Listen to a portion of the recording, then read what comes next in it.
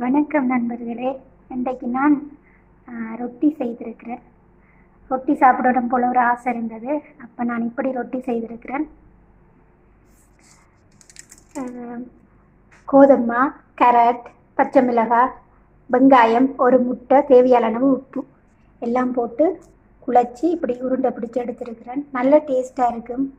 இப்படி ஒரு தடவை நீங்களும் செய்து சாப்பிட்டு பாருங்கள். பிடிச்சிருந்தா